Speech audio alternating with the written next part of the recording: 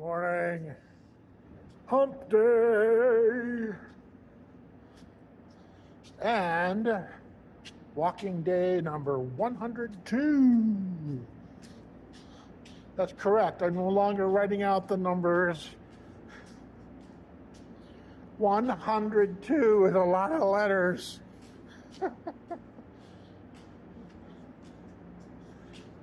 Numerals, my friend. 102. That's a lot easier.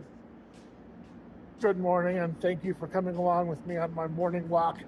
And yes, the fan is running, and yes, you know it's late for me after 5 a.m. again. I had a good excuse, though. I was out doing some charitable work with my chapter president. As some of you might know, a bunch of people here in the cities, Twin Cities of Minnesota, got thrown out of work because their place of employment suffered a serious fire. And so there was an event last night to help them out, to get them by while the place is getting repaired and back on its feet, and they can go back to the normal work. So I did my part. I helped them out as much as I could. And there are other events to help them in this hiatus period, which is pretty rough because, nothing of their own doing. And they do want to keep their jobs, obviously. So that's today's topic. Helping others. Sometimes it's as simple as that. Just showing up and leaving a big tip to help out somebody. Other times it's becoming a member of a group and giving some extra, a charitable group, one that does good works for others. It's as simple as that. You don't even have to spend a whole lot of time doing it. Just, Other times, volunteering your time takes a little extra effort, but sometimes, helping out, getting the job done is what really matters.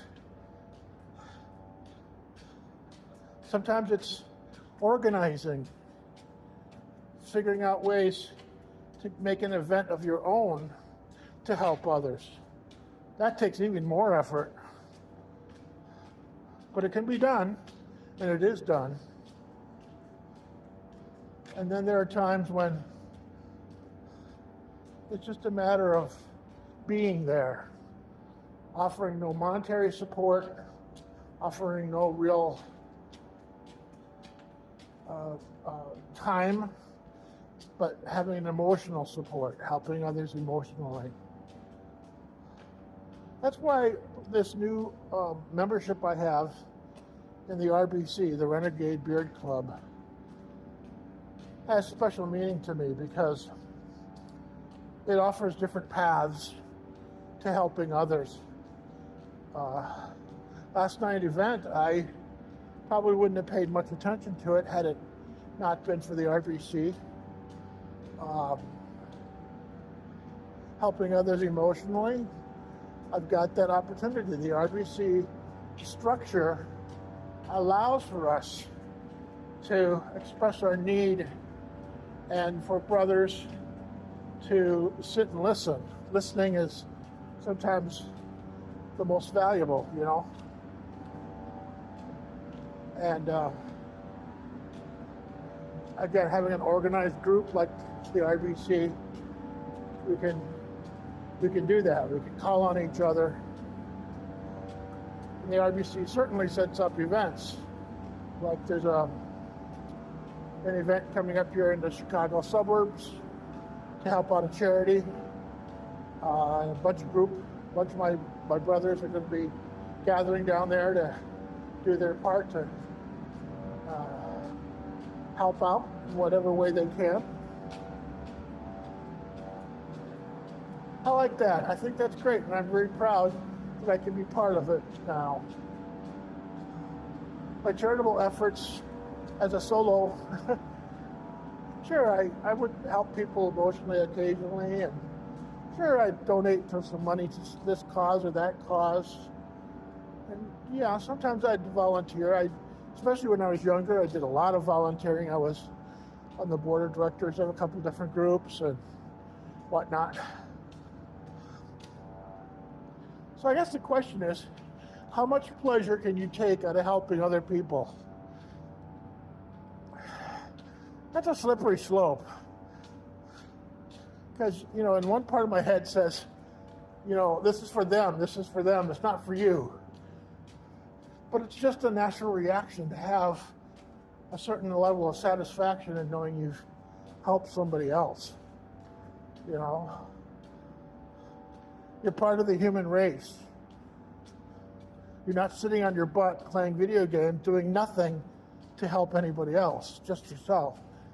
I can take satisfaction, I can take pride in knowing I spent my time doing something that's meaningful, that's useful for somebody else.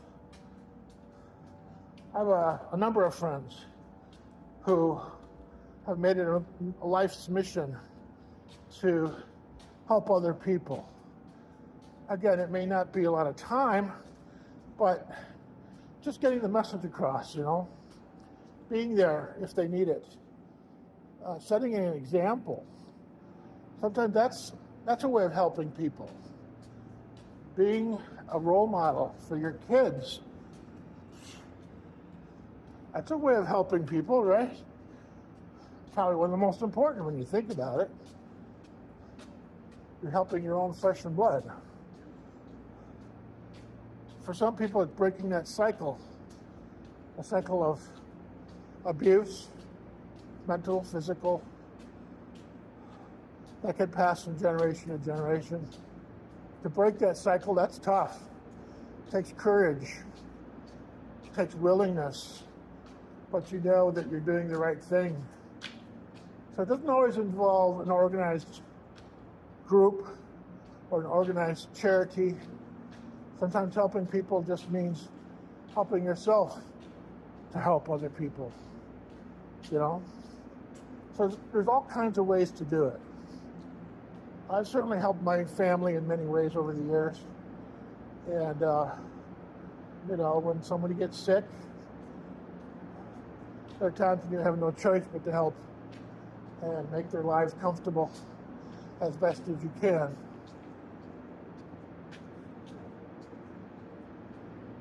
I've done that a number of times. So yes, I can have satisfaction in knowing that I did that I didn't ignore them, I didn't, gallivant on my own, doing things that might be perceived of as selfish. I spent my time helping people. So think about that. If you're not doing something right now to help other people, think about what you can do. Does it require you to be part of a group that makes it a little easier for you to help other people? Maybe. Does it mean you have to get out the checkbook? Maybe. Sometimes cash is the most beneficial way. For a food shelf or something like that, they can buy efficiently in bulk. So cash is the king, A dented can of peas is okay, but cash to buy good peas, that's better. So that's today's message. Helping other people, and there's nothing wrong with taking satisfaction in knowing you've done that, because you've become a part of the human race. You've taken an active part. You've done your part.